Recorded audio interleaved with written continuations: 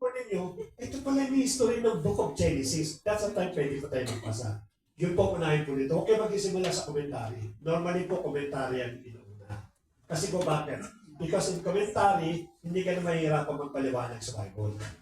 Pero kasi paliwanag na yan. But let us remember, yung commentary po, it is the same process that we are doing hermeneutics. Kaya na nalipaliwanag po yan, ginamit na yung system natin ng hermeneutics. So nangangulugan po, if these people can really give their own interpretation, I can give also my own interpretation. Nag-aaral ako ng hermeneutics eh. So kalimutan po muna natin yan, unahin po muna natin yung Bible summary. Then after that, that's the time na magbasa po tayo ng Bible. Atlas ang tawag po ito, Bible Atlas. Yung historical book po, o istorya ng bawat libro sa Biblia. 66 po yan. Kung magbabasa kayo talaga, it is 1 year. Then the second questions, kung meron daw po iba pang Bible, na marami kasi yung mga ini-introduce. One of these times na pag-aralan po ng mga theologian na estudyante natin, yung Book of Enoch. No? The Book of Enoch, they said that it should be canonized part of the Bible. But definitely, because of the content of the Book of Enoch and so many more, yung mga old literature, may mga kasing writing dyan na somehow, hindi mo mapagkakatira. It's like a sci-fi ang pinakano po. So nangyari po, because of the content, and also let us remember kasi, ang canonization po, for your informations, when I read the book in order to canonize, ina-harmonize niya ngayon yung ibang libro. Meron siyang Bible reference sa ibang book na tumatama din daw po yung kanya pong paliwanag. Sabihin, yung aking book, halimbawa, Book of Daniel, it is supported by the Book of Ezekiel. It is also supported by the Book of Revelation. May mga related po siya. May mga kapatid, kumaga sa ano. Ang Book of Enoch, completely po, isolate po yung book. At iba pong libro, na wala pong mapatukunan na reference. And that is the time the people, the council, they never canonize, they never acknowledge the other book, except for the 66 books na binanggit po sa atin. So again, wala na po tayo ika-canonize, kompleto po ang Bible, at the same time po pinigay po libro, Atlas. Marami po klase, I will not limited sa mga pagbabasa po, pagbibili ng libro. To be honest, nung recently po, binabasa po ko nito. And during that time, yung si Pastora po ay sumesweldo pa ng talagang sky is the limit. Nakakita po ako ng books which worth 11,000 reals. Sabi ko, Mama, I would like to buy this book. Buy it! Sabi ng aking asawa. Ay, during that time, nag-esipagtang po ko. Imagine po yung 11,000 reals ang libro. But it will be profitable sa akin. I hope nabili ko sana. Pero hindi ko nangyari. But someday. Someday siguro. So, may dadagdag ka. Bilhin mo na yan! Masabi kasi ng aking anak na si Ivy, Dad, sige, magsishare ako dyan sa 11,000 na yan.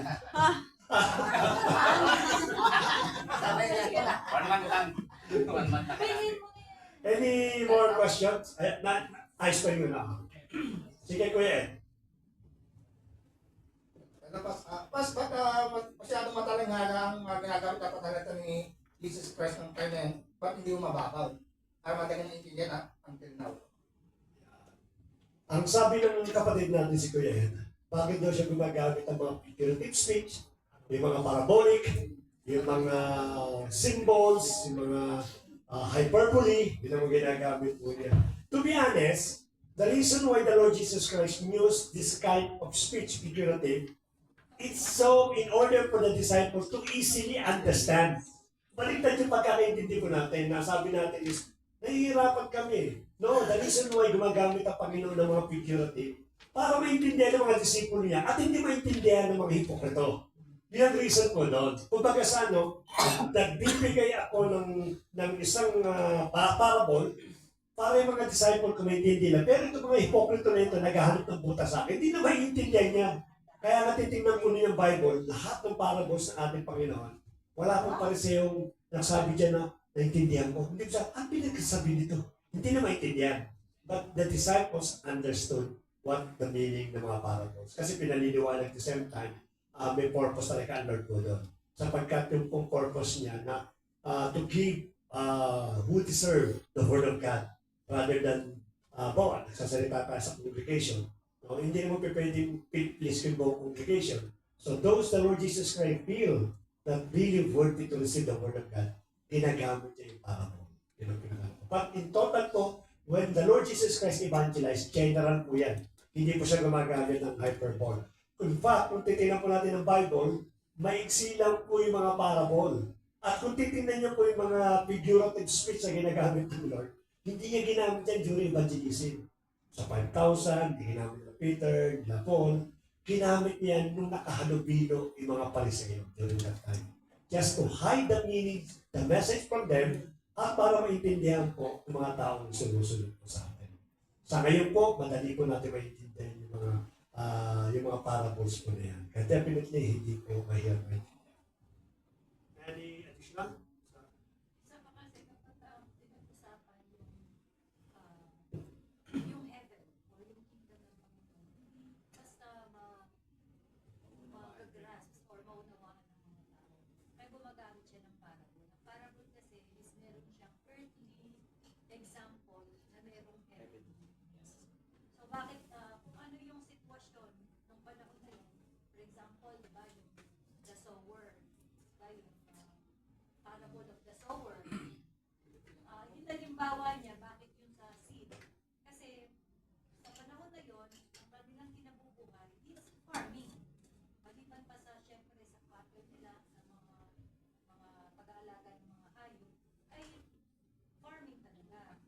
Kaya malinaw po na ginagamit ng Panginoon kung ano yung example ng panahon na yun. Kung titingnan din natin yung diba, yung the parable of the 10 virgins patungkol sa kasal. Kasi inalimbawa din po doon na yung pagdating ng ating Panginoong Jesucristo is katulad ng kasalan. So, most likely palaging gano'n ang pattern ng Panginoon. Kung ano yung setting, yung tinuturo ni Pastor Bernard sa hermeneutics, kung ano yung setting ng panahon na yon, yun po yung ginagamit niya na example para mas madaling maintindihan ng mga tao. So purpose talaga is para maintindihan. Para maintindihan. Hindi mahirap. Okay. So, ayos ko yan or yung po?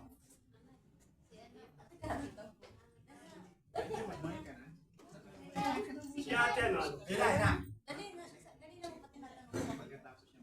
Para sa akin mo to ha, baka mahila to.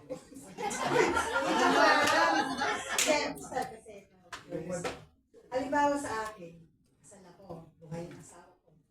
Halimbawa, may kapatawaran pa sa Panginoon pag nag-asawa ako ulit.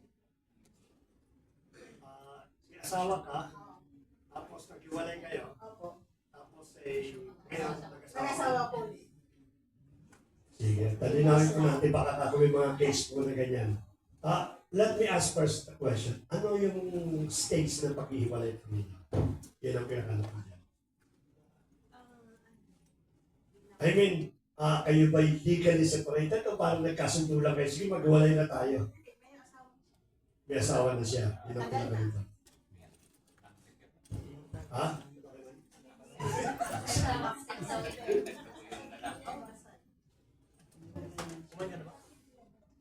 Biblically speaking, maliwanag po ang ating Panginoon. When it comes to divorce, ayaw ng Lord yan. From the beginning, kaya nga lagi natin sinasabi sa mga mag-aasawa, yung mga nagpaplano mag-asawa, pakaisipin nyo ng hindi 10, hindi 100, 1,000 times bago kayo mag-asawa. Kasi nakatali po yan. It is a eternal binding between the man and the woman na nagpakasal. Ngayon, ang tanong ngayon dyan is, Pastor, paano ngayon pagka-abusive? Sa batas ng tao, ina-allow po yun. Ngayon, may dalawang klaseng batas na pinag-usapan. Batas ng tao at batas po ng ating Panginoon. No? Ang isang Bible verse na sinabi po yan na ating mama pakihanap po niya.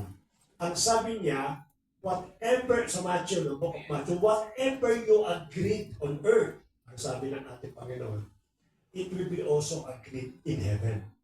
Halimbawa, nagkaroon po kayo ng separation legally. No? Alam natin sa langit. But because God honored the agreement nandito po sa lupa, legally, sapagkat meron kayong pinangawang constitution, legally, ina-accept po sa langit mo yun. Katulad ng ginawa po kay Moses, na kung saan pinagbigay niya yung mga letter lang, para meron silang pangawakan na legally, kami po ay separate na. Kaya nga tinatanong ko, up to what extent you are being separated. Kung nag-usap lang kayo, at nag-asawa yung kapartner mo, nangangulugan you still legally binding. Mag-asawa pa rin kayo sa harap ng Diyos at sa harap ng tao. Kasi wala pong separations eh. Kaya nga mo ini-encourage po namin that since may sarili ng buhay yung asawa po ninyo, meron na siyang minamahal, ikaw naman ay naghahanap na, why not nagawin natin legal muna?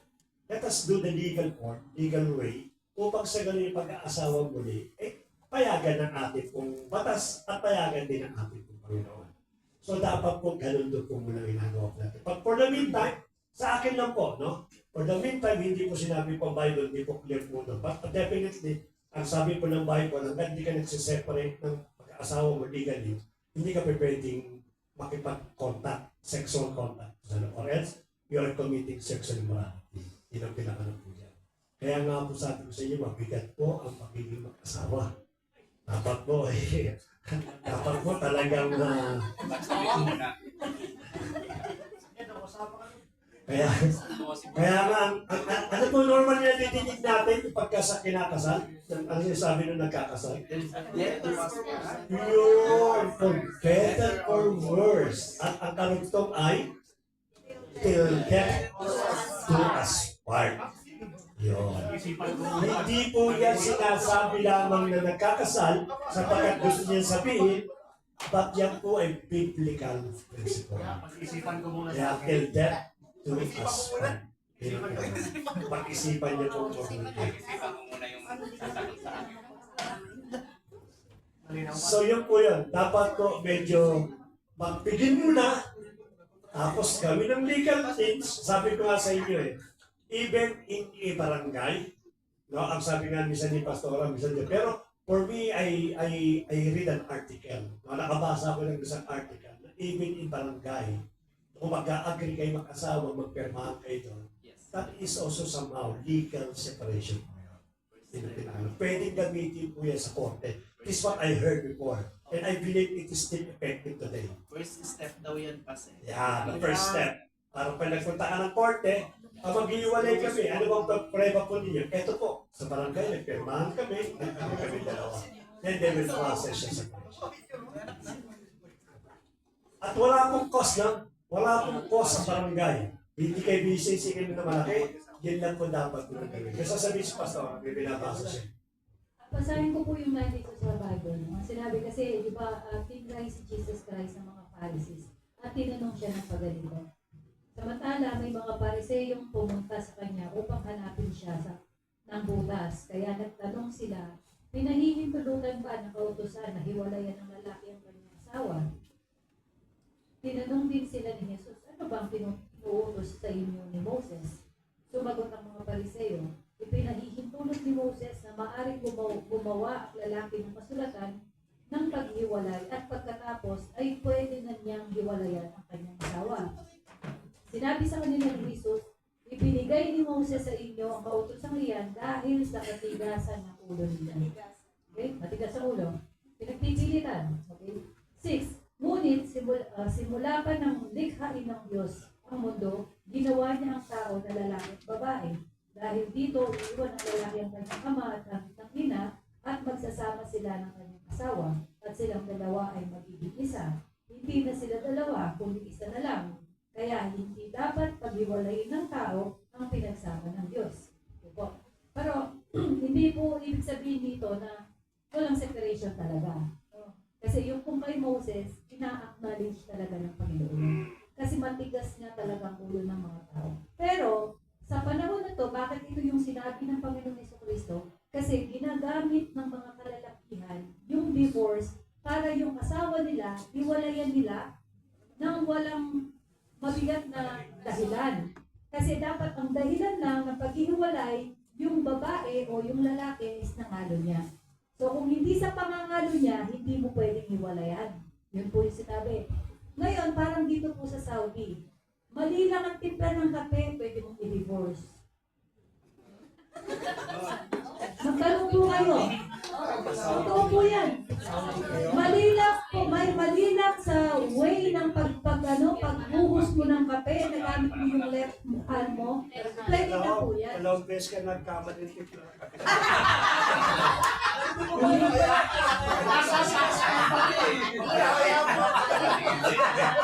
Hindi po ako isiwalayan ni Pas Bernard kasi mamumulubi siya.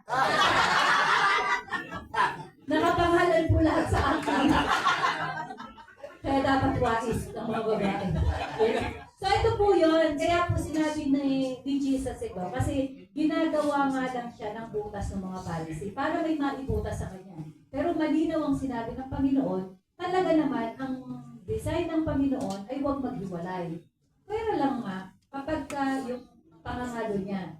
Kasi nga, pinapatamaan niya kasi sinasabi nito mga Pharisee nito, yung asawa mo nagpunta sa kanya ay asawa ko kasi ganito ganyan lang, no? Nagkamali ng pagtimpla. Yung timpla ko ayoko ng 2 kutsarang asukal, nalagyan ng 2 kutsarang asukal, divorce. At pinapayagan po ng mga Pharisee yun. Yun po yung naging basihan. Kaya papasok pa rin tayo dun sa no? Yung setting, bakit nasabi ng Panginoon na kung tutuusin, hindi talaga dapat maghiwalay. So, yung pong agreement ay ina-acknowledge ng Panginoon. No? Yung batas po ng tao, ina-acknowledge po ng ating Panginoon. Si ate, ano may tatanong?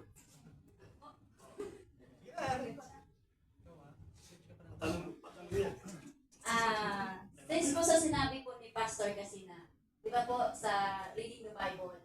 So, may i-clarify lang po ako. Kasi di ba po ang we have a 66 books po sa sa ating Bible, di ba? Sa Old Testament is 39 po, 39 books po siya. And then sa New Testament is 27. So, i-clarify ko lang po kasi meron po akong daily devotion. Gusto ko lang po i-clarify kung ano pong magandang unahin po ang pagbabasa. Kasi sa Biblia kasi may nagsasabi na ang unahin is yung New Testament. Kumbaga yung Gospel from Matthew and sunod-sunod na po yun. Pero magsasabi naman po na doon po sa start po ng Genesis. Di ba po ang Bible is meron po tayong category. So, ang sabi doon sa isa, ang una ng basahin is yung sa Gospel po muna. Tapos may nagsabi doon naman daw sa law. So gusto ko pong i-clarify kung saan po doon mas maganda para mas mabilis po natin maintindihan. Kasi di ba po, sabi niyo kanina, ang Genesis, actually nabasa ko po yun, from Genesis 1. So sunod-sunod po yun. Meron doon yung pangalan na anak ni Mitusa, ganyan. Tapos nandun pa yung mga age na mga haba, di ba? So medyo nakakatamad kasi siya minsan kaya. Pero kailangan mo kasi siyang basahin kasi nga, para maiintindihan mo siya. Minsan may tanong doon, nasa unahan po yung sagot. So minsan nakakatamad, pero doon yun kung gusto kong kasi minsan, siyempre yung kalaban, di ba po? So gusto kong maano po na, saan po doon mag-i-start? Sa gospel po ba or doon sa law? Ang sasagutin natin, tanong ko niya, what is the most important and is the most priority sa pagbabasa po ng 66 books po.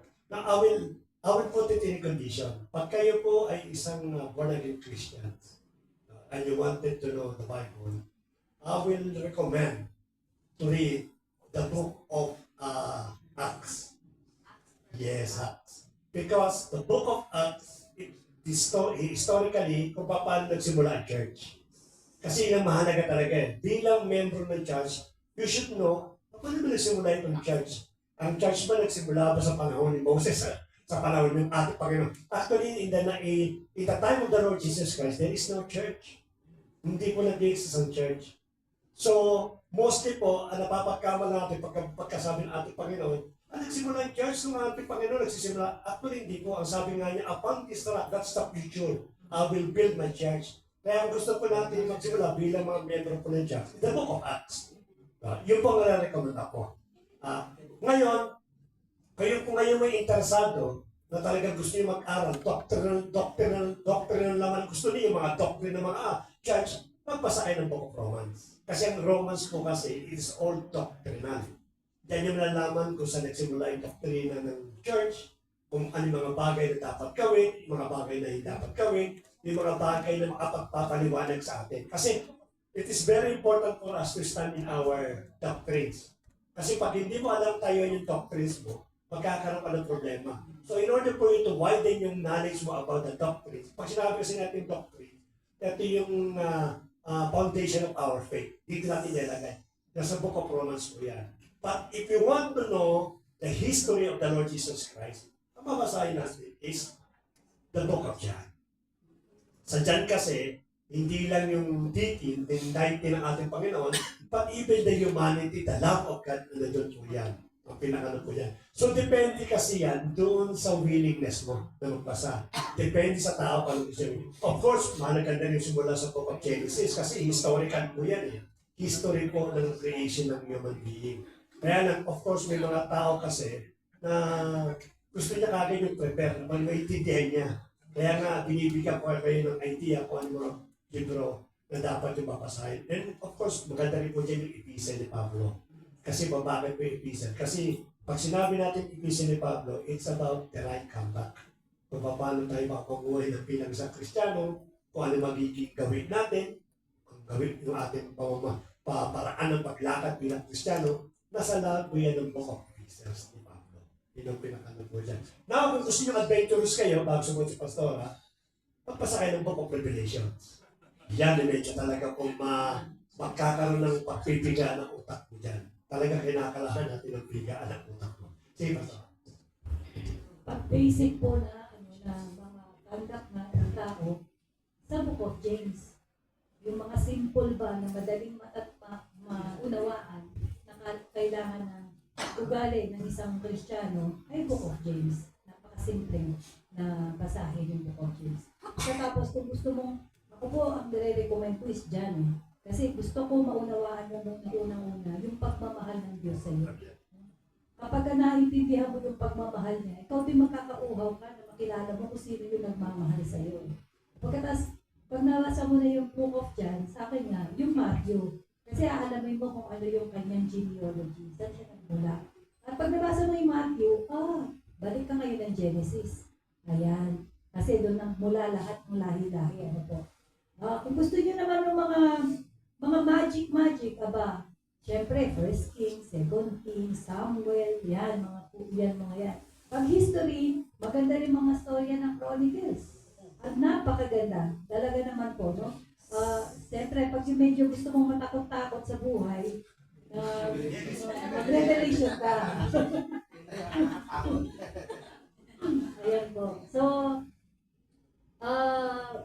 pag gusto mo, sabi ko, yun nga pong sa gospel, pag medyo malalim na gusto mo maintindihan, makokonect mo yung Old Testament hanggang sa New Testament, mga episodes ni Pablo. Kasi yung revelation talaga kay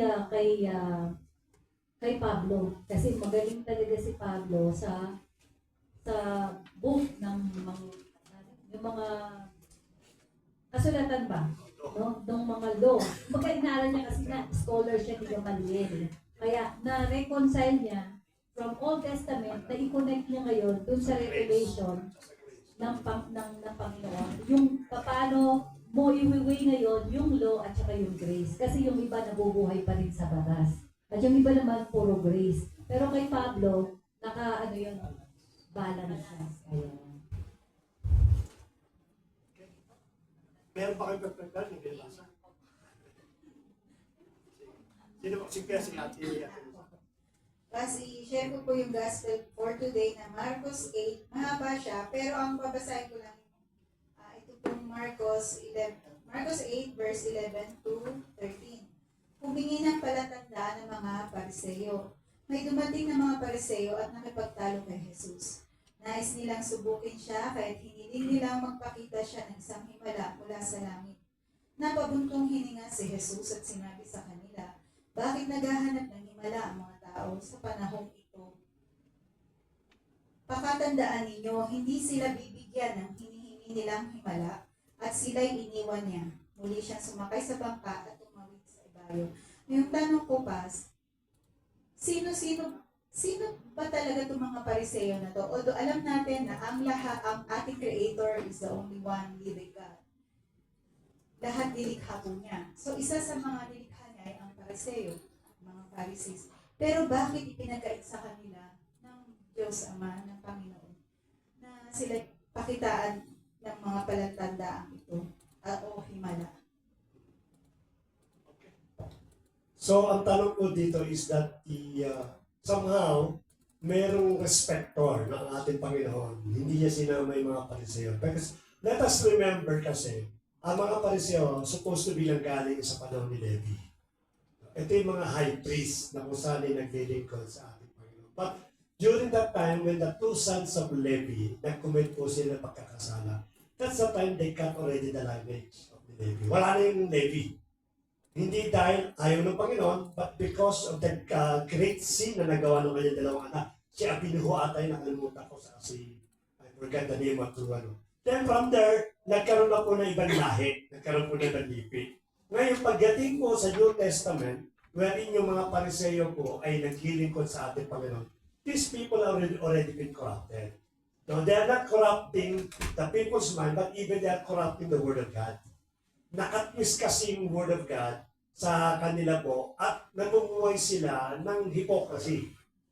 At yun po ang kinukorekto ng ating Panginoon. In fact, ang pinakatotoo pong nagbigay talaga ng katotohanan ng ating Panginoon sa Kristo. No, hindi na niya gini-generalize about the buong mga pariseo, but most of them are really abusive.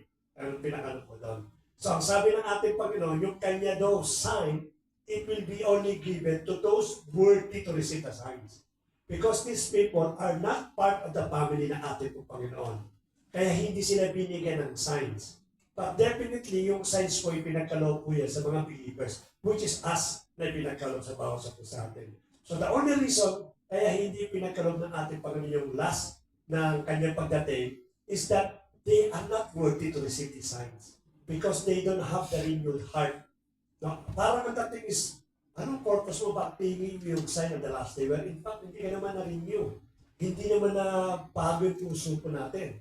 So, definitely, kung magkakaroon ka ng conversion, then I will reveal to you yung pong last sign po na yun. Ano ulit yung ating binasa, Mark niya? Mark chapter 8.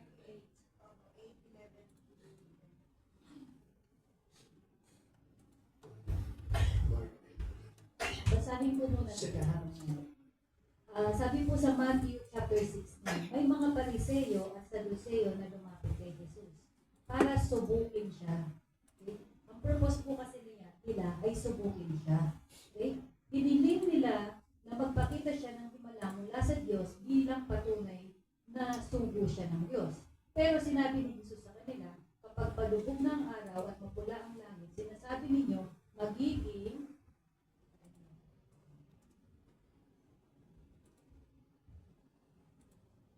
maayos ang panahon bukas. At kapag umaga at makulimlim ang langit, sinabi ninyo, uulan ngayon. Alam ninyo ang kahulugan ng mga palatandaan na nakikita ninyo sa langit, pero bakit hindi ninyo alam ang kahulugan ng mga nangyayari ngayon? Kayong henerasyon ng masasama at hindi tapat sa Diyos, humihingi kayo ng himala, pero walang ipinakikita sa inyo. Maliban sa himalang katulad ng nangyari kay Jonas. Pagkatapos, umalis si Jesus. So ito po yun, no? Ito yung kasing gusto nilang makita. Unang-una, bakit hindi siya nagpapakita ng himala? Nagpakita ng himala kasi alam ng Panginoon na pinatigas na nila ang kanilang puso dahil prideful sila. Iniisip nila na sila ay mas maalam kaysa sa ating Panginoon Jesucristo dahil sila'y nag-aral ng batas niya o ni Moses, yung sinulat ni Moses.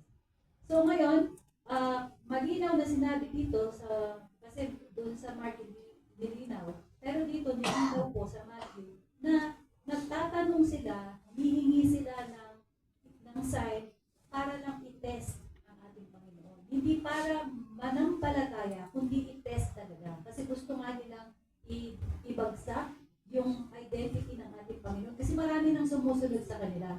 Kung makikita din po natin bakit siya ipinapako sa krus, bakit sila nag-plan na huli ng Panginoon, ikulong at siya'y akusahan hanggang sa maipako sa krus. Because they were jealous. Ang sabi, marami nang sumusunod sa kanila. Diba?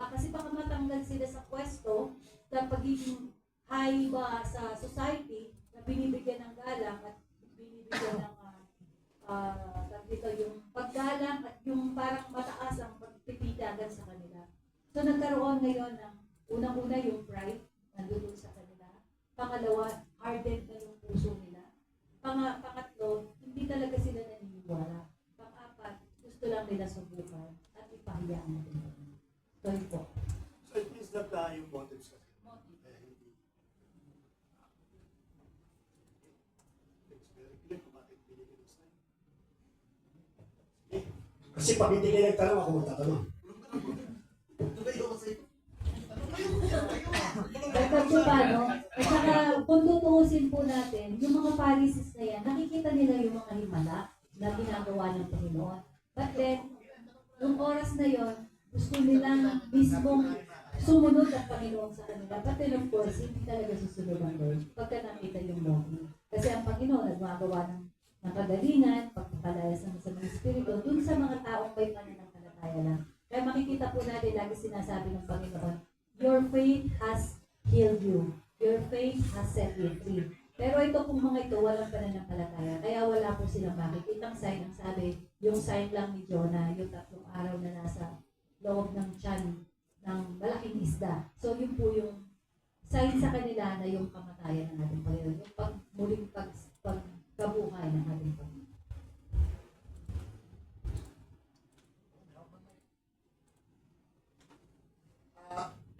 Tapos,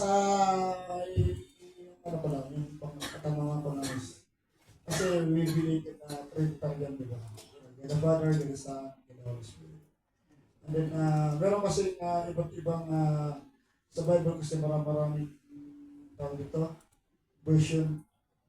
Meron dong sinabi na patungkol sa Genesis. Yung sinasabi kasi na let there be light. Pero kasi version ng ibang Bible, sinasabi na let us. Pag sinasabi ba natin let us, kasama na ba ang ganun ba yung Diyos Anak at saka Diyos Espiritu? Una-una yung word na Genesis chapter 1 verse 1. Sabi, di pala, Genesis 1:26. Ang sabi doon, let us make man in our own image. There are two school of thoughts about yung word na us, na plural. Ang sabi nila, God is talking on the angels. Kasi during that time, they believe that the angels already created.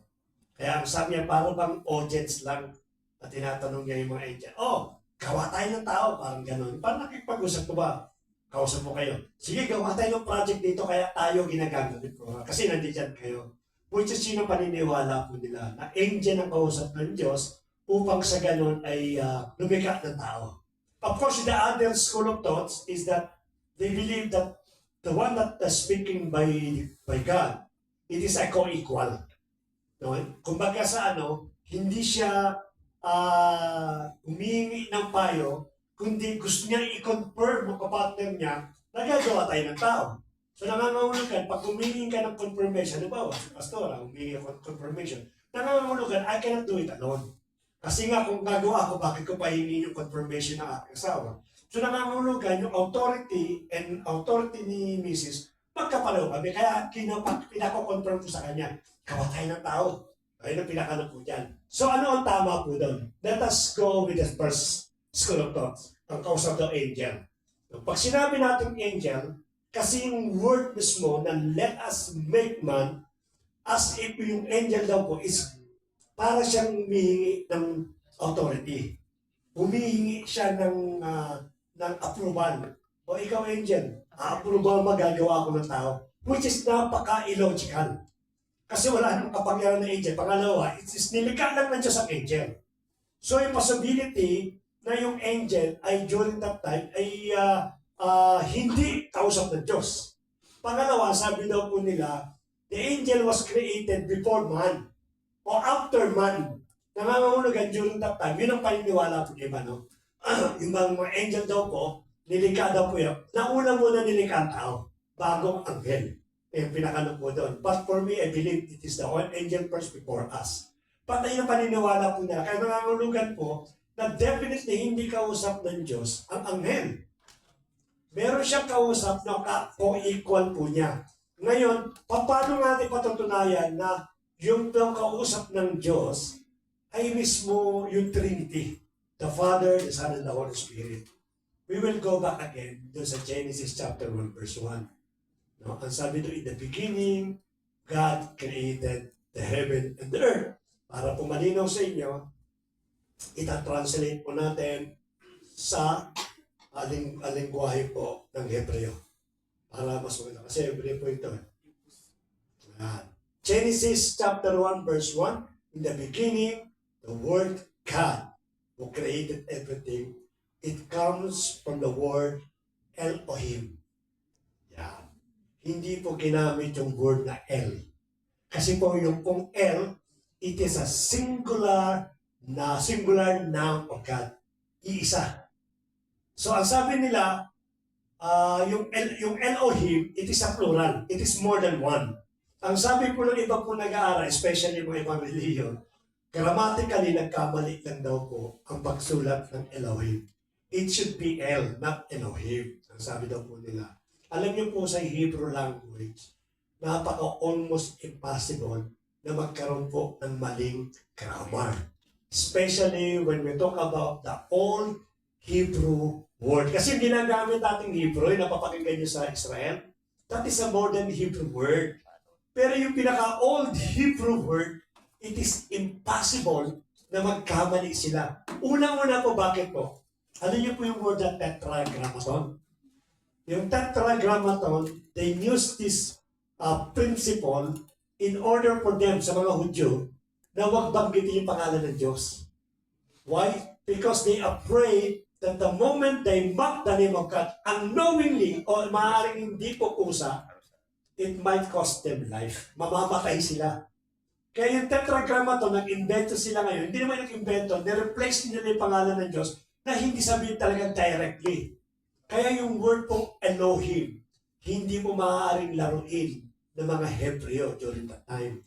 So exactly po, it is a plural name of God, which is i-connect up niya sa Genesis chapter 1, verse 26, when he said that, let us make man in our own image. Second thing, or third thing, when we talk about own image, hindi po mix po ng Diyos at ng anghel. Hindi po tayo mutation. Mutant kung tawagin. Nagmimix po pinakano. Tayo po ay pure in the image of God. Paano po natin nalaman na tayo pure in the image of God? Because we have the body, the soul, and the spirit. Tatlo po yan. So it signifies also the Father, the Son, and the Holy Spirit. So definitely, yun pong ginamit po ng word na us. Doon sa sinabi po, tinanong po ni Kuya Amin. Yan po ay patungkol sa Trinity. Aminin man natin ng iba o hindi man na aminin ng iba, that is what the Bible declare. Hindi po pwede pasalingin yung Biblia. They are used plural po. There are some names po ng ating Panginoon na ginagamit lang po El instead of Elohim. Maingat kasi yung mga Hebreo. Pag gusto nilang gumamit ang pangalan ng Diyos, sometimes ginagamit nilang El, basta ginagamit nilang Elohim. Normally, yung word pong Elohim, makikita yan normally. Pagka po nakakita kayo ng capital L-O-R-D, yung pong Lord, that is El Elohim. Ang pinakano po yan. Kasi makikita kayo minsan capital O, tapos small O, R, and D. But there is a sabi ng Lord God, ang sasabi po doon. That signifies the fullness of God. Sabihin yung po, Father, Spirit, at ang ating po Panginoong Kristo. Any additional? Marami po kasing naniniwala na monotheistic, na iisa lang ang Diyos. Ito po yung mga Israelite ngayon, naniniwala na iisa lang ang Diyos. Kaya palagi nilang prayer, yung sa Deuteronomy chapter 6 verse 4. Ang sabi, Hear, O Israel, the Lord our God, the Lord is one. Pero kung titingnan po natin, yung word doon na one ay hindi po ibig sabihin na singular. Sa Hebrew words po, ang ibig sabihin ay ikad. Ang ikad means ay plural, no? Yung pong tinatawag nating compound noun. Parang pag sinabi natin na, oo, Wow, diba? grabe. Yan, yung husband and wife, they are considered as one, pero dalawa sila. Water. Yung water, hindi mas siya, hindi mo siya mabibilang. Yung sugar, pag sinabi mong sugar, hindi lang isang grain of sugar yon, marami siya. So yung, ito po yung nire-refer natin, yung minimension dito na God is compound noun. Kumbaga, combination of three personality. Right. Actually, hindi naman talaga siya 3, but it is more than 1. Ang pinakano po. Yung compound unity. Okay, so, tayo po ay Trinitarian, ano? Meron tayong Father, Son, and the Holy Spirit. Baka naman ang susunod na tanong, na-mention po ba ang salita Trinity sa Bible? Pakisagot po, Pastor. Tuloy na natin ang tanong. Wala po yung word. You cannot find any word that signifies Trinity. Wala pong ganun pong word, but definitely it doesn't mean na yung pong compound nga, yung essence of Trinity, makikita po yun. One of the proof na sinabi daw po dyan, sa Bible po ba minabanggit po dyan na Ampalaya? Binabasa kayo sa Bible na may pangalang Ampalaya. Therefore, ang Ampalaya po hindi nag-exist. Kasi wala naman sa Bible eh. If the same principle po gagamitin natin, hindi mo nakita yung Trinity. Therefore, there is no Trinity. Hanapin mo yun po yung Ampalaya. Wala kayo makikita doon. Pag may makikita po kayo doon sa book of Psalms ating yan, Psalms of Proverbs, yung mapapait na vegetable na gulay. So, nangangulugan yung mapapait na vegetable, it is part yan po ng Ampalaya. So, hindi na specifically minention, but the essence is there. Sa Proverbs na, sa Proverbs. Tama po yun. So, nangangulugan po, it doesn't, you cannot read the word Trinity, but the essence is there. Ano daw po pinaka-essence po? At marami pa po yan. Ang Bible po wala sa Biblia. The word Bible, you cannot find it in the Bible itself. But we believe that the word of God sa Bible. Right? Yun ang pinaka-ano po doon. So, wag po natin gamitin na pag walang nabasa o wala ka na sa Biblia, ay hindi totoo. O hindi dapat paniwalaan. Hindi po maaaring gamitin po yan sa general principle, especially when it comes sa Trinity po. Aliwanag, Pastora? Sige po, sino pa po? Samantalin natin. We have another 10 to 15 minutes. Sige po. Sige. Yun! Kailan magka-boyfriend? Na-curious lang ako. Kasi dito sa itatanong ko, pero di ko alam kung tama yung itatanong ko. Alam mo. Tanong mo. Because sa Christian Pass, we are not doing sign of the cross, pero we are using cross. Ako po. Ang pasa yun. Ayun. There are two types of using the cross. Of course, when we talk, the other one, it is just to part ng ating pong paniniwala before. But also, when we talk about the cross, we are using spiritually. It means that you are acknowledging what the Lord Jesus Christ done in the cross of the Calvary. Kasi po, hindi tayo makapagsimula, kahit po yung iba pong Presbyterian, iba po meron sila mismong literal na cross. But wala po silang revolto doon sa cross. It is only cross. Why? Because they want to emphasize that 2,000 years ago, someone died on us. So, kasi hindi natin mag-visualize yung ating Panginoon sa Kristo eh. So, ang ginawa na lang po, it is really the cross that symbolizes or commemorating yung ginawa po ng ating pong Panginoon. Now, there is no such problem if we try to use the cross as a symbol. Because ang sabi nga natin, it depends on the way how you will explain and how you will believe on the cross. For us, we have the cross of the sticks, meaning that the Lord Jesus Christ died on the cross. Pero yung sign of the cross, it is completely different. Hindi na po tama po yun. Kasi culturally and traditionally, they're saying that the sign of the cross, meaning is by means of respect doon po sa ating pong Diyos. No? Kaya mostly po, pag nadadaan tayo ng simbahan, that's a sign of the cross pagpasok sa simbahan, nagsasign of the cross. Bakit? Kasi po yung kanilang respect na ibinibigay po sa ating pong Panginoon. Which is, biblically, wala ka makikita kung ganun bagay. Ang pinangalan po doon.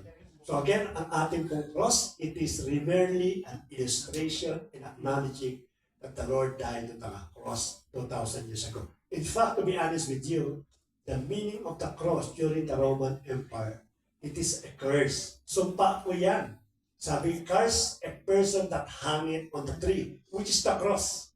Kasi po lahat na namamatay po sa cross, sinumpa po yan. Which ang ating Panginoon sa Kristo talaga, sinumpa talaga. Kasi lahat ng sin ipinatong sa Kanya. So therefore, in eyes of God, not on us, hindi sa atin, sa paningin ng Diyos, ang ating Panginoon sa Kristo po ay sinumpa because of the curse, because of the sin na nangyari po sa atin.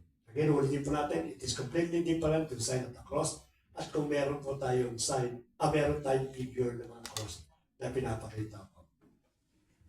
Kaya hindi po natin ginagawa yung sign of the cross kasi po sa Catholic meron po silang parang creed. Kapag hindi mo yung ginawa na sign of the cross ay hindi ka part ng Christianity nila. Pangalawa, kaya ka nagsa-sign of the cross, ang sabi sa Catholicism, balikan ko na lang po minsan i-search ko ulit. Kapag nag-aantanda ka, ang tawag sa Tagalog antanda, di ba? Nagsa-sign of the cross. Kasi merong masamang espiritu dun sa lugar na yun, kaya ka mag-aantanda. Kaya ka magsa-sign of the cross. Ang tanong ko ngayon, bakit nasa loob ako na simbahan, nagsa-sign of the cross ang lahat? Ibig sabihin, merong masamang espiritu doon sa loob. Kumbaga, sila mismo, kinokontra nila yung kanilang utos. Ito po nakasulat sa kanilang mga libro na sinasabi, kaya ka magsa-sign of the cross kasi merong evil spirit doon, kaya ka magsa-sign of the cross. Kaya pag dadaan kayo ng simbahan, makikita nyo, nagsa-sign of the cross. Anong meron sa loob ng simbahan? May evil spirit doon, hindi po ba? Ayun naman, yung kumaga logically, yun ang totoo. Ay, kaya po tayo hindi nagsa-sign of the cross. Kasi, yun nga po sinabi ni Pastor Bernard, we are just commemorating kung ano yung ginawa ng ating Panginoong Jesucristo dun sa cross. At the same time, bakit inaalala natin ng cross? Kasi that cross reminds us of our victory. Kung ano yung victory ni Jesus Christ, isa sa pamuhay na lang natin because we already have that victory. Isa po, may tanong daw. May tanong daw po si Ronel Paz. Akala ko ba walang tanong yan? Puro sagot meron. Oo, sabi niya nga din. Ayun, nagkaroon ng tanong. Di ba pas na namamatay tayo physically? And yung soul natin ba, saan mapupunta pag namatay tayo? Di ba wala pang judgment. Mag-judge pa si Jesus. Saan ba mapupunta yung soul natin? Remain ba sa body natin or mapupunta sa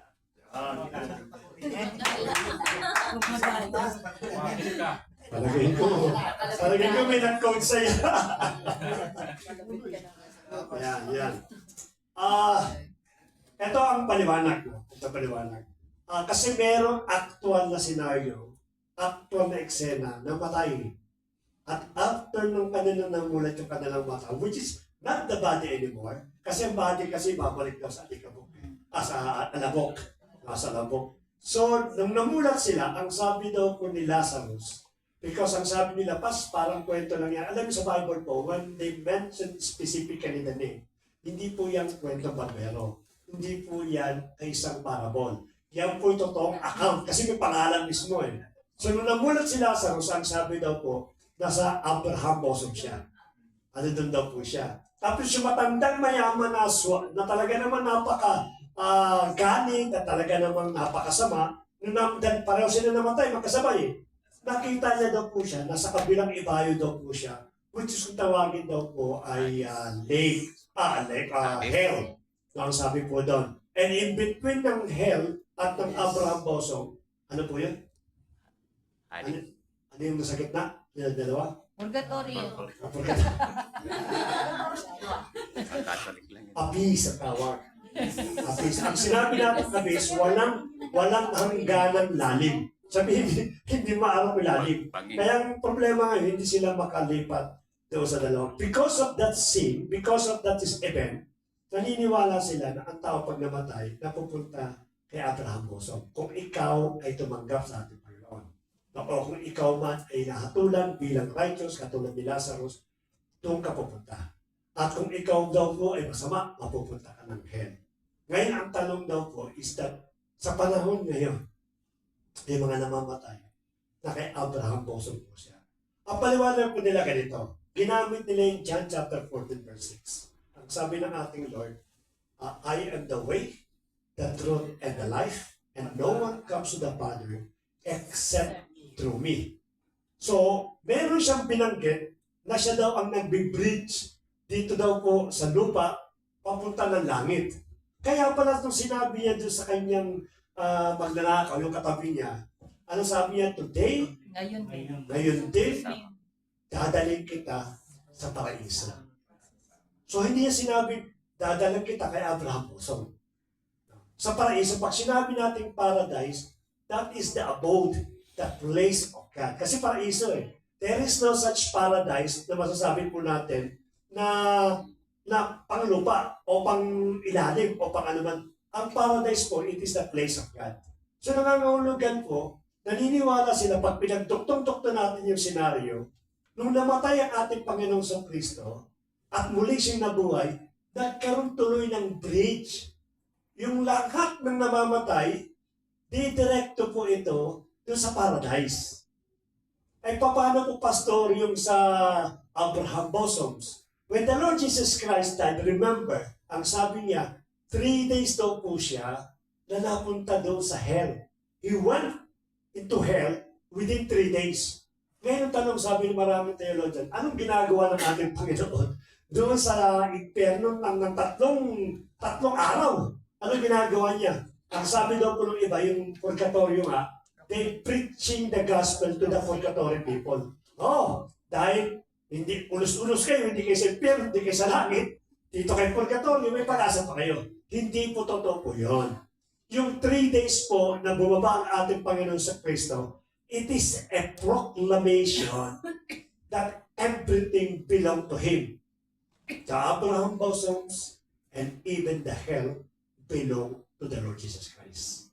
Hawak niya po lang. Kaya sabi siya po may susi po ng lahat ng bagay. So ang ginawa po ng ating Panginoon, since there is already bridge, kasi nung araw kasi sa Cebu, hindi na makatawid sa kabilang bayan, dahil walang bridge Nung nagkaroon ngayon ng bridge, yung sambayan ito tumakas sa sambayan. Ang ginawa ng ating Panginoon, those people, those souls na sa Abraham bosom, tinangay po lahat ng ating Panginoon yan. Papunta po ng langit. So anyone that will die on us today, or tomorrow or the other day, we will go straight to heaven. At tulad ng nangyari po sa tip o ito sa cross. Now, from now on, sabi niya, ngayon ang araw na ito, ipagsasama kita sa aking kaharian. Kaya papunta po ng langit. Mag-asawa mo rin ako ng asawa.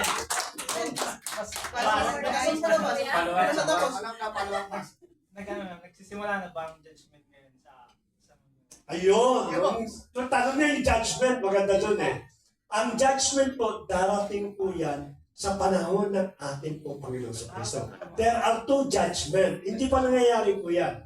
There are two judgment that mention, actually hindi lang two. May tatlong judgment po yan. One, it is the judgment, the Bema judgment, the judgment seat of Christ. Na pag sinabi natin judgment seat of Christ, ito ang pinag-uusapan natin judgment, ito po rewarding. Wala pong mapupunta ng impyerno, ikaw, ang pangit ang ginawa mo dito kay hindi. Lahat po yan rewarding. Lahat ng kaya sabi ko sa inyo Sabi niya ba, huwag kayong mag-stack ng kayamanan dito. Doon kayo sa langit mag-stack ng kayamanan. Kasi po, yung kayamanan natin i-stack doon, yun yung rewarding. Bubuksan yung lahat ng ating ina-accomplish. Ito pala si Kuya Drex, ang dami nito palang ginawang kanta sa Panginoon. Ito mga crown mo. Binubuksan ko lahat yan. Ina-award ka. That is the first one. Lahat po tayo magkakaroon po ng crown. Crown of life, crown of righteousness, crown of glory. Maraming klase pong crown. Actually, 5 crowns po yan. Ang ipapatong. That is Bema judgment. Pangalawa pong judgment, it is the judgment of the nation. Kasi pagdating ng Panginoon second coming, yung lahat ng pumampi doon sa Antichrist na bansa, ahatulan yan. They are called gold kambing. Pag iiwalay ng Diyos yung kambing, doon sa tupa. Sino yung tupa? Yung tupa po lahat ng pumampi sa Israel during that time ng 7 Great Tribulation. Kasi pagdating po ng 7 Great Tribulation, hindi po lahat kakampi sa Antichrist. May magre-rebel din bansa po dyan. Kakampi sila sa Israel. At dahil sa pagkampi sa Israel, ipe-persecute sila, pero hindi sila susurrender. That is shape. Yun yung judgment na gagawin ng Panginoon. At yan po yung magkakaroon din po ng reward. At pangatlong judgment po, kung tawagin, it is the white throne judgment. Ito ngayon yung paghahatol ng lahat ng itatapon sa dagat-dagatang apoy. Sa itong tawag na sa lake of fire. Pastor, paano po meron ng hell? Meron pa ba lake of fire? Meron po. Bakay wala yan. Yung pong yung po sa hell, pasinag lang po yun. Yung paghihirap na matandang mayaman, pasinag lang. Kumbaga sa hindi parang tip of the ano pa lang po yan ng lipon. Ang pinakatuloy na parusa yung lake of fire. Kasi sabi ng ating Panginoon, yun daw pong lahat ng kaluluwa sa hell, itatapon niya kasama ang hell doon sa lake of fire. Yan ang pinakalukuya. Yan ang second death. Ngayon pa paano pagkakaiba ng pastor? Ito pagkakaiba. Since na lahat na mapupunta sa ating Panginoon, bibigyan ng glorified bodies. Yung ating pong katawan, i-restore yan. Kasi hindi naman panghabang buhay na kaluluwa ka. Meron kang bodies, katulad ng bodies ng ating Panginoon. When the Lord Jesus Christ resurrected, meron siyang bodies, nakikita siya. So the same bodies ang gagamitin po natin. Glorified bodies o holy bodies kung tawagin po yan. Kaya makikita tayo, kaya nga sabi siya, magmumukhaan tayo. Uy, ikaw yung dati sa Jesus the Great I Am, no? Nagkakamukhaan po tayo. At this time po, wala na pong pangong ilong, wala na pong siratang tenga, lahat po yan perfect. Ang sabi po, no? Ngayon pa, paano ba sa lake of fire? Sabi po doon, i-restore din po yung kanilang bodies. Pagka-restore ng kanilang pong bodies, kasi may bodies, subukan mo ngayon, sino ngayon? Kuya Manny, kuha ka ng Lighter? lighter at itapat mo sa katawan mo ganyan. Akala ko ibubuhos ko sa... Diba? Subukan mo. Yung pong daliri po niyo may balak at subukan yung ang sakit po niyan. Ganun po yung lake of fire. I-restore yung body na masasama at itatapon yan doon sa lake of fire. That is the worst na punishment na mangyayari sa sa hell. Kala nyo tapos na yun. Hindi pa tapos yan, mga kapatid. Naghihintay pa sila ng judgment ng ating pong Panginoon. Kaya nga lahat nabatakon po tayo. Kasi po, ibig sabihin po ninyo, yung pong sa lake, kala natin nahihirapan na sila, na nahihirapan na Pagdating pa doon sa lake of fire, mas maaaring din ang triple, baka 100 or 1,000 times na sakit ang mararamdaman po nila. Ano sabi mo? Amen. So, ito po yung Bible verse na patungkol dyan. Sabi dito, pagdating po sa Revelation 20 verse 13 hanggang 14, the sea gave up the dead that were in it, the dead and Hades gave up the dead that were in them, and each person was judged according to what they have done. Sa 14, then death and Hades were thrown into the lake of fire. The lake of fire is the second death. So maski po yung hell mismo, itatapon pa dun sa pinaka-lake of fire. So hindi pa yun ang totoong last na punishment natin, no? Mismo yung hell mismo, itatapon pa sa hell. Wala talagang kaligtas, ano? Kawawa naman. Basahin ko din po itong, kanina yung sasagot nila. Sabi dito, nung pong naipako ang Panginoong Jesucristo at siya'y namatay, ang sabi, nung siya ay namatay, ang sabi, ng sandali ring iyon na hati mula sa itaas hanggang sa ibaba ang kurtina sa loob ng templo, lumindol sa buong lupain at nagkabitak-bitak ang mga bato. Nabuksan ng mga libingan at maraming banal ang muling nabuhay. Lumabas sila ng libingan at nang muling mabuhay si Jesus, pumunta sila sa Jerusalem at marami ang nakakita sa kanila.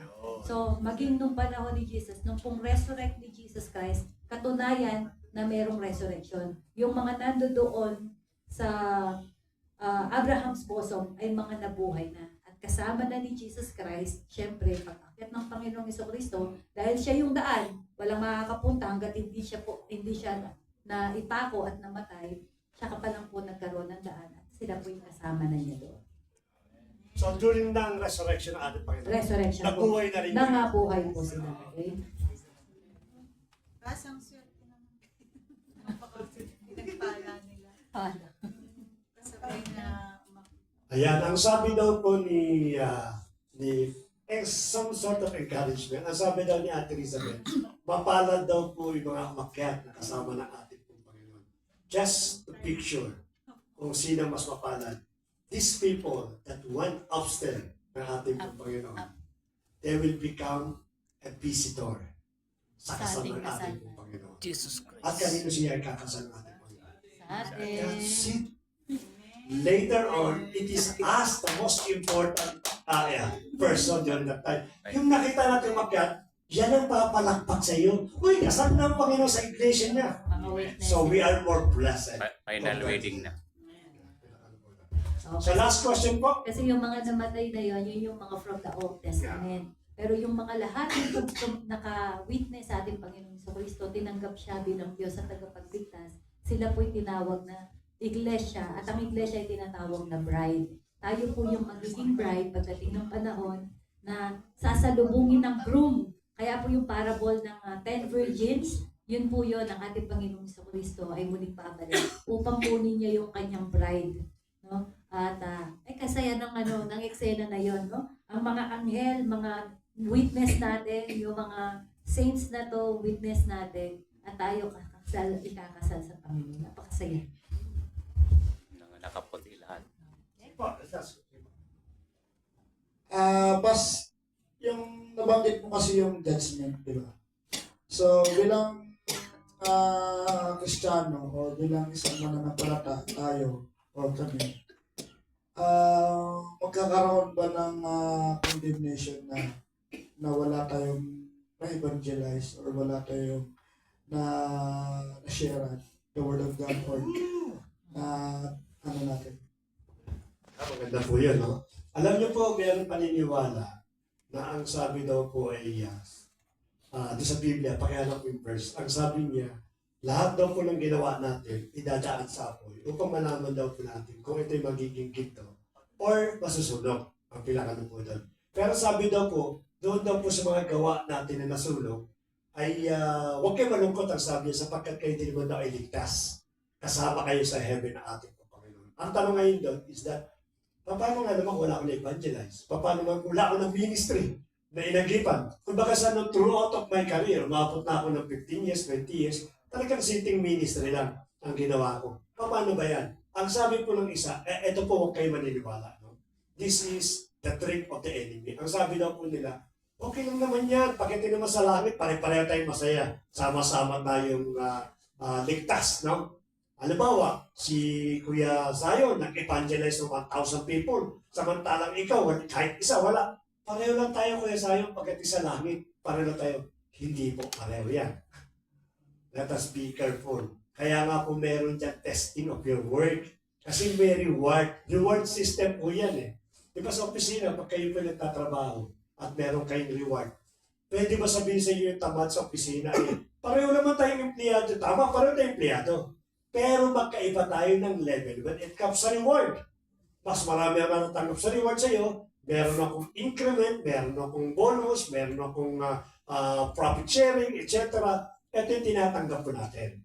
Kaya nga ang sabi ng ating kapatid si Pablo, continue running the race. Hindi sinabi sa iyo lahat ay tumatakbo, but be aware, run your race, sabi mo nun, so that you may receive your reward, ang sabi po ng ating Panginoon. Ito po yung reward system. Ito po ay, I hope na magkaroon po ng linaw sa bawat substance habang hinahanap ni Pastor in person. When you go to the Book of Revelation, may setup po yan. Ano yung setup ng Book of Revelation? Sabi, meron daw pong isang throne na nakatayo at nagluluningning. At ang sabi niya, on the four corner of the throne, there are 4 beasts na nagbabantay. These are 4 great form na angels po ito. Hindi sinabi kung sino po sila, but they are the close, para sana kung bakit sana nakaikot sa ating Panginoon. Sila yung mga personal bodyguard. Then after that, meron daw sa bodies na nakahiwalay. Then on the other side of the bodies is the 24 elders. Nakaikot daw po yung 24 elders. At malapit po sila. Then after ito yung setup na sinasabi sa Book of Revelation. After po ng 24 elders, these people are the martyr. Ito po mga naligtas ng ating pong Panginoon. And so on and so forth. So nangangahulugan, when the book of Revelation discuss about the distance, why mentioning the distance if we are all the same anyway? Bakit ka nag-mention ng distance? For what purpose? Alam niyo po, ang distance po will determine your glory sa ating pong Panginoon. Kaya po napakahalaga po ng pagpapagal sa ating Panginoon. No, naniniwala po ako, the reason why we have different crowns and different rewards sa langit, sapagkat the moment that there is a song, anong kanta nun? Yung, and the angels cry, Lord, and they're casting their crowns. No? Ngayon, alimbawa po, may nagtrumpeta, kasi ito eksena niya, katulad na ganito, may nagtrumpet po ang ating Panginoon, ang ating angels. Nangangahulugan, we have to bow down sa ating pong King of Kings and the Lord of Lords, and we have to remove our crowns. Eh, paano kapatid kung wala kang crowns? Ano yung ibababa mo sa ating Panginoon? Diba? And let us remember, ang crown po, it is symbolized of light, yung pong piliwanag po niya. So ako naniniwala po, because of the proximity natin sa ating Panginoon, people somehow, no? Ito hindi po nila ginagamit. Hindi sila naniniwala dito. Sabi kasi nila sa langit po, wala na raw pong lungkot, wala na raw pong negative feelings, wala na raw pong negative thoughts. Alam niyo po yung word na remorse? Yung bang, sayang, ginawa ko sana. Hindi siya negative, pero nangihinayang ka, hindi mo nagawa. Diba, may abo, si Kuya Ed, nagtapulpil niya, sana ako na yung tumanggap ng reward ni Kuya Ed, sana ako gumawa niyan. Remorse. At yan po ang gagawin po sa langit. Nakita natin na si Kuya Manny pala, meron pala siyang 100 of crowns. Samantala akong pinakapastor, 2 lang pala crowns ko, kaya pa naglalakad kami, makikita ko si Kuya Man, ako luwalig ni Kuya Man, samantalang 2 crowns lang, akong head pastor. Ganun po yung feeling sa langit. Palakasan po ng liwanag po yan. The more you near with the Lord Jesus Christ because of your crowns, the more you become brighter sa ating pong Panginoon. Kasi po, naniniwala po ko, Paul, it is not the same with me. I cannot claim the victory of Paul sa lahat ng ginawa mo niya.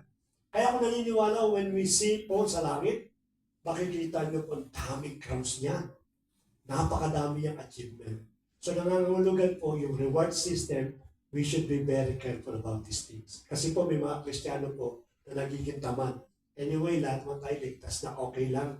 Kahit na okay, meron kang 10 crowns. I don't care kung isa o wala kang crown. Nasa heaven naman tayo. Sinasabi mo pala po dito po yan. When you go to heaven, then you will realize na yung palang crown na ayaw mo, ay meron malaking reason na hindi mo nagawa dito sa lupa. Kaya continue pa tayo sa pagka-harvest ng ating pong crown. Yun po ang magiging reward system po. Tama? Ito po yung sinasabi ni Pastor Bernard, 1 Corinthians chapter 3, verse 10 hanggang 16. At ako naman bilang dalubhasang tagapagtayo, ang siyang naglagay ng pundasyon ayon sa kakayahang ibinigay sa akin ng Diyos. Pagkatapos, iba namang manggagawa ang nagpapatuloy sa pagtatayo ng gusali. Ngunit kailangang maging maingat ang bawat nagtatayo dahil wala ng pundasyong maaari pang ilagay maliban sa nailagay na at ito'y walang iba kundi si Jesucristo. May nagtayo sa pundasyong ito at gagamit ng mabubuting klase ng mga materials gaya ng ginto, pilak at mamahaling bato. Mayroon namang gagamit lamang ng kahoy, tuyong damo at dayami. Ngunit sa araw ng paghuhukom, makikita ang kalidad ng itinayo ng bawat isa dahil susubukin ito sa apoy. Kung ang itinayo ay hindi masusunog, tatanggap ng gantimpala ang nagtayo. Ngunit kung ito'y na may masunog, wala siyang tatanggaping gantimpala, ganun pa man, maliligtas siya, ngunit tulad lamang ng isang taong nakaligtas sa sunog na walang nailigtas na kagamitan. Ayun, para lang tayong nakaligtas pala sa sunog. Kumbaga, hindi lang tayo napunta sa impyerno, pero wala tayong tangay-tangay na kayamanan. Pero pagka tayo nakapag-evangelize, meron tayong kayamanan. At basahin ko rin po yung sa James, Napin ko lang. Santiago palang Tagalog. Santiago 1, verse 12.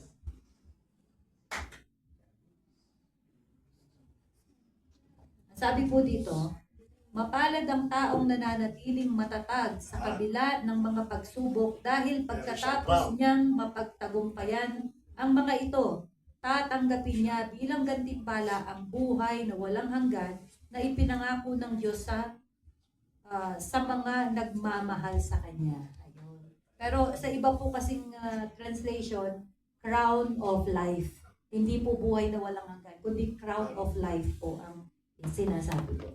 So meron po tayong reward pagdating sa kalayuan. I cannot remember. Actually, 5 po yan. Crown of life, crown of glory, crown of incorruptible, crown of righteousness. Nalimutan ko po yung isang crown. 5 crowns po yan.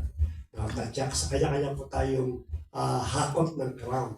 Hindi po tayo nagpapaliksahan, tayo po ay gumagawa para sa ating pong Panginoon. That will be an encouragement to share. Maganda yung tanong po ni Kuya Ramil, na-open yung encouragement sa bawat sa atin. Doon po sa sinabi sa yung nagtayo daw po sa pundasyon na ang ginamit nila, yung iba ay hinto, yung iba ay kahoy lang, yung iba ay dayami, yung ganun po, no? Anong ibig sabihin lamang nito? Kapag po tayo, ang ating lahat ng ginagawa ay inilagay natin sa pananampalataya sa Panginoong Jesucristo. Kasi sinabi, meron na daw pong nagtayo ng tunay na pundasyon. At ang pundasyon na yun ay ang ating Panginoong Jesucristo. Siya na yung nagtayo eh. Kumbaga tayo, magpapatong na lang tayo ng bricks. Kapag tayo gumagawa out of our own capability, hindi sa pananampalataya sa Panginoong Jesucristo at sa nagawa na niya, natapos niya nagawa, then wala pong kwenta. Masusunog po lahat ng ating mga ginagawa. Kung nag-i-invite tayo for the sake kay Pastor, mapapurihan tayo, hindi dahil sa pananampalataya natin sa Panginoong Jesucristo. Ibig sabihin, walang kwenta yung ginagawa natin. Naghuhugas ka ng pinggan for the sake what? Mapapurihan ka. Walang kwenta. Pero pag naghuhugas ka dahil nananampalataya ka ng Panginoong Jesucristo, ang siyang pinaglilingkuran natin, meron po lahat yan. Crown sa ating Panginoon. Sige po, ayan. Pagkatapos po ni Kuya, last question na po kasi lampas na tayo sa isang oras. Totoo po yan. Yung sinabi niyo na every time na mag-evangelize at invite the mga souls, meron po reward sa heaven. Let's encourage every one of us to invite the evangelism. Yun lang po.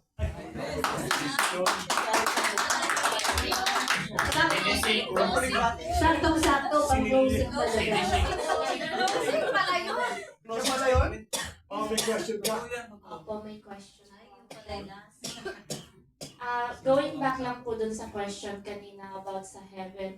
Akala ko po ba pagdating natin sa heaven, all we can feel is happiness, na kasama natin yung si Lord. So bakit ngayon po meron ng parang in a way competition na ano ba yan, sayang, sana kung nag-invite ako, mas may crowd ako. Bakit meron po tayong dissatisfaction kahit nasa heaven na tayo? Parang may levels pa din po ba?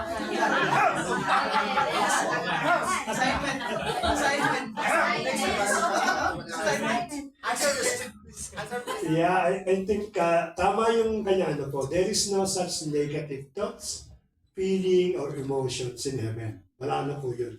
But yung sinasabi po nating remorse, it is not like competitions. Iba kasi yung competitions when you lose something like na meron kang grudges. Because you're competing. The reason why you're competing in order to beat your enemy or to excel from your competitions. Ayun ang pinakano po natin. But this time, there is no such competitions. Every time, manibawa po, nung something like na nakita po natin, because different yung ating pong liwanag.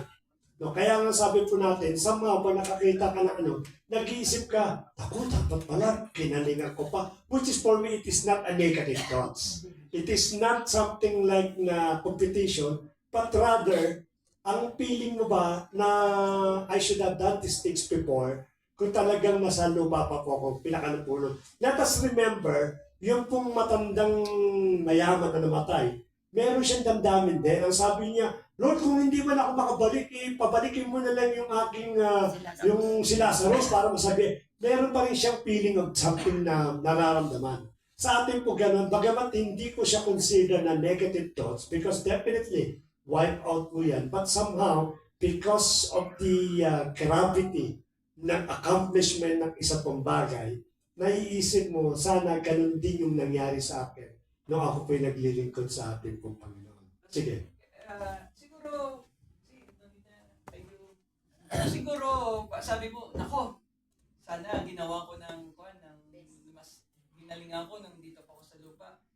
So nakita kita pa. Pero, sabi ko, I'm happy for you, brother. Praise God. Parang ganun po siguro yung dugtong nun. Kasi wala kang ganun po. Parang, I'm happy for you. Proud Kasi, ako sa'yo. brother, sister, kasi ganun din na-accomplish mo. So, praise God pa rin po. Parang ganun siguro yun. Yung pagkakaintindi ko po. O di kaya siguro para sa akin, kunyari, pupunta ako ng concert. No? Gusto ko doon ako sa front seat. Kasi malapit ako doon sa tanaw na tanaw ko, kitang-kita ko yung glory ng Lord. Bagamat, syempre yung glory ng Lord, punong-puno naman ng kalangitan. Kaya para nag-uusapan doon, kasi doon sa pinaka-throne ng ating Panginoon, nakapaikot doon yung 24 elders, yung 12 tribes of Israel, tapos yung 24 elders, yung mga disciples na doon. Tapos, meron pang mga level-level. Ay, gusto ko syempre malapit ako sa Lord. Parang ganun lang ba? Yung gusto mo na, parang maiisip mo na, parang ang sa akin na lang ngayon, titingnan ko na lang ngayon. Gusto ko, ganun ang posisyon ko pagdating ko dun sa kaharian ng Panginoon, na malapit ako sa Kanya. Kaya ngayon pa lang, magandang na-question ito, kasi magsusumikap na ako dito pala. Doon ako sa pwesto na yun. Pero yung sinasabi ni walang competition. There's no more competition doon. Pero nakikita, kasi meron po akong hindi ko alam kung nabasa o napanood ko. Makikita, kasi kita mula sa, di ba nakikita si Lazarus at yung mayaman, ganun din tayo, makikita natin yung mga dating mahal natin sa buhay. Kung hindi sila tumanggap sa Panginoon, makikita mo sila doon, tanong mo sila. Nandun sila sa impyerno, tapos ikaw nasa langit. Siguro parang, nandun, para sa akin, may damdamin no? Na yung kawawa sila nakikita mo, nando doon. Kasi hindi naman tinanggal yung damdamin mo Yung soul mo nando doon, yung isip mo. Yun nga lang, glorified na siya. So parang meron kang, sana mas pinilit ko pa na na inaraw-araw na evangelize ko, sana nakipag-agawan ako kay Satanas. Parang ganun ba? Yun lang po. If I may add, paano naman to? Idea lang naman na. Siguro, di ba, siguro when we are in heaven, there will be more revelations for us to learn. Na hindi natin maintindihan, nandito pa tayo sa lupa. So, siguro pagdating dun sa mga remorse, I think there will be an answer, or there will be justification, or there will be more revelations from God Himself. Because dito pa sa lupa, limited pa yung kuha natin Limited pa po yung knowledge natin. Pero pagdating sa heaven, kasi mas malapit na tayo sa Panginoon, I think there will be more revelation to learn about these things. Siguro po. Parang in a way, we will come up into a full knowledge ng ating Panginoon Jesucristo. Kasi sinabi sa Bible, di ba, para daw po tayong tumitingin na merong yung mirror lang, yung parang malabo siya. Pero kanya pagka na-reach natin yung the fullness of glory ng ating Panginoon, everything will be revealed sa atin. Siguro mali lang yung word na remorse. Siguro merong another word na ibibigay ang ating Panginoon doon. Kasi pag word na remorse, parang kang nagsisisi ka di ba, na nangihinayang ka. Something negative kasi para siguro sa pandinig ni Pau, yung terminology na remorse. Siguro something else na word na pwede natin i-describe doon. Lord, bigay mo sa amin yung tamang word ba? So, yun yung po yung sa Gusto ko lang po i-add sa question ko. Based po dun sa analogy ni Mom sa concert na sana po mas nasa harap, mas malapit kay Lord. Kung mas madami po yung crowns natin, mas malapit po tayo kay Lord. Kung i-compare po natin yun, bibigyan ko lang din po siguro ng analogy sa family. Does that mean po ba kung kami ni ate, mas madami pong achievements si ate, mas malapit po siya sa inyo? Bakit po?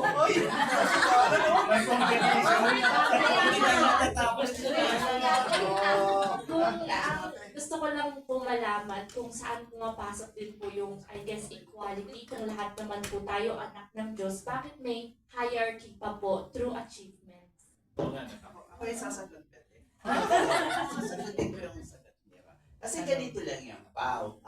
Tandaan mo, nasa heaven na tayo, ha? Equality na kagad yan. Tama ba? It so happen kung marami kang na disciples, ang suot mo siguro tuxedo. Kami, plain t-shirt lang. So, hindi ibig sabihin, kung makikita, wow, si Pao naka-tuxedo. Sabihin kasi, eto yung reward niya. Eto yung nakuha mo. Hindi ibig sabihin, yung mga nasa tuxedo, nasa person. Hindi ganun yun. Kumbaga, nabubuhay na tayo. I mean, kung ano yung ginagawa natin dito sa heaven, di ba, kunwari, life na dito, ganun din tayo namumuhay doon. Kaya lang, nakikita namin yung reward mo. Nakikita namin yung isang reward na ganito yung ginawa niya sa earth. Sa earth pa lang, ganito na yung gawa. Ako naka-plain t-shirt lang. Nahiya naman ako. Yung gano'n, kami yun. Kung ginawa ko lang pala, sayang. Kung ginawa ko, ganyan din sana ang damit ko. Di ba, kunwari, as a sample po doon sa concert. Okay, may seat. Tapos, 1,002 yung ticket na yon, 1,002. Tapos ako, 1,000. Tapos yung pala doon sa 1,000, doon nakaupo yung mga BTS. May pera naman akong 1,2. Sana bumili na rin ako ng 1,2. Kasi 1,000 lang yung nagkulipot ako. Yun yung ganon, kung sana kung binili ko lang, sana katabi ko yung BTS. Ganun, yun yung panghihinayang, sana kung ginawa ko yun. Pero equal ka, kapalit tayo kasi nandoon tayo lahat eh. Hindi porket nakatoksido ka, doon ka sa mansion of God. Hindi. Pero alam niyo po ba, yung mansion, ganun din yan. Kung mas marami kang ginawa, mas malaki yung mansion. Pero yung type pa din niya, pare-pareho pa rin. Gold, silver, all ng precious stone, ganun pa rin. Pero kami yun, nung buti pa sila, kung ginawa ko lang yung ginagawa nila, ako rin, alam ko, kaya ko, pero hindi ko ginawa. Tinamad ako. Kaya hindi ko tuloy nakita yung reward. Kumbaga sabi nga ni Pastor, nagniningning siya, ako kandila lang siya. Kumbaga, di ba, yung parang solar panel talaga yung ilaw niya. Nangihinayang ko kasi alam ko, pwede kong gawin eh. Pero, tinabad ako para gawin. Yun lang yung, ay sayang. Ganun. Okay. Yung tanong ni Pauline, of course, yung love namin, hindi porke mas maraming achievement yung isa, mas mahal mo siya. Ang Panginoon, ang pagmamahal niya is pantay-pantay. Pero ngayon, bakit naiiba? Kung yung isa maraming achievements, mas magandang standing niya. Tama ba? Kasi yung buhay niya, mas maganda kesa dun sa hindi nag-effort. So, hindi para sa amin yun, yung pagmamahal namin, pantay. Kay Ate Ivy, kay Pau Pau, pantay yun. Kayo ngayong dalawa ang merong difference. Bakit? Kasi mas mataas yung nabot ng isa. Ikaw hindi. So, nasa inyo, nasa atin yun. Sa Panginoon, walang question, walang mas nag-achieve, mas mababa. Sa atin yun, yung mismong ating glory, ang siyang na-elevate doon. Hindi po pinag-uusapan, mas mahal siya ng Panginoon kasi mas nagligod. Hindi po. Pantay-pantay ang pagmamahal ng Panginoon. Amen. Amen. Clear na ba? Gamitin ko yung, let me add yung kay Kuya Dave. No? Gag-graduate ka definitely this year. This year, not sa this year, gag-graduate ka. Ngayon, ang setting sa graduation, in any schools, lahat ng mga graduate, mga candidate for graduate, pauupo niya sa harapan. But do you believe those summa cum laude will also sit in somewhere that meets a pass? Saan nakaupo yung summa cum laude? Because hindi siya nag-distinguish ng, eto mahusay kayo. Hindi, wala siyang sinasabi na para bang difference sa pagkaso. Kaya lang, because of the achievement ng tao, definitely, either sa unahan yan, or nasa stage siya nakaupo. Ayun, pinakalo po dyan. But hindi sinasabi ng school na, hiwalay kayo, magkaiba kayo. Lahat kayo gagraduate. But because of the accomplishment ng taong ito, he will be rewarded. Kasi nung pinakalo niya, siya gumawa nun eh. Ngayon, pag bumakyat siya, ito yung sinasabi nga ni Kuya David, na iniisip mo, ako palang sumakum laude. Ang palakpak sa akin sa ganito. Nai-imagine mo tuloy yung sarili mo na para bang dapat nag-aral pa ako ng todo, parang ako sana na doon. It is not a negative thought. It is not a negative feeling or emotion. But rather, iniisip mo lang na, ako kaya nandoon. Ano kayang pakiramdam merong sa feeling ko? Kaya nang pinakano po doon. Hindi isinetap ng Lord ang langit in order to distinguish kung sino yung kanya o pagkaroon ng division ng pinakano. But it is the normal part in every activities. Those rewarded should be given a place na kung saan yung kanyang reward ay kanya namang pinaghirapan po yan. Yun ang pinakano po doon. But again, ulitin natin, Pao, and anyone here, there is no such negative thought because we are already an immortal bodies. Our immortal bodies has no capability to inherit any negative feelings or emotion. Wala pong kakayanan yung ating pong immortal bodies. It will always be holy and it always be righteous ang gagawin po ng ating pong body, even yung ating pong mind. Malinaw po yung ating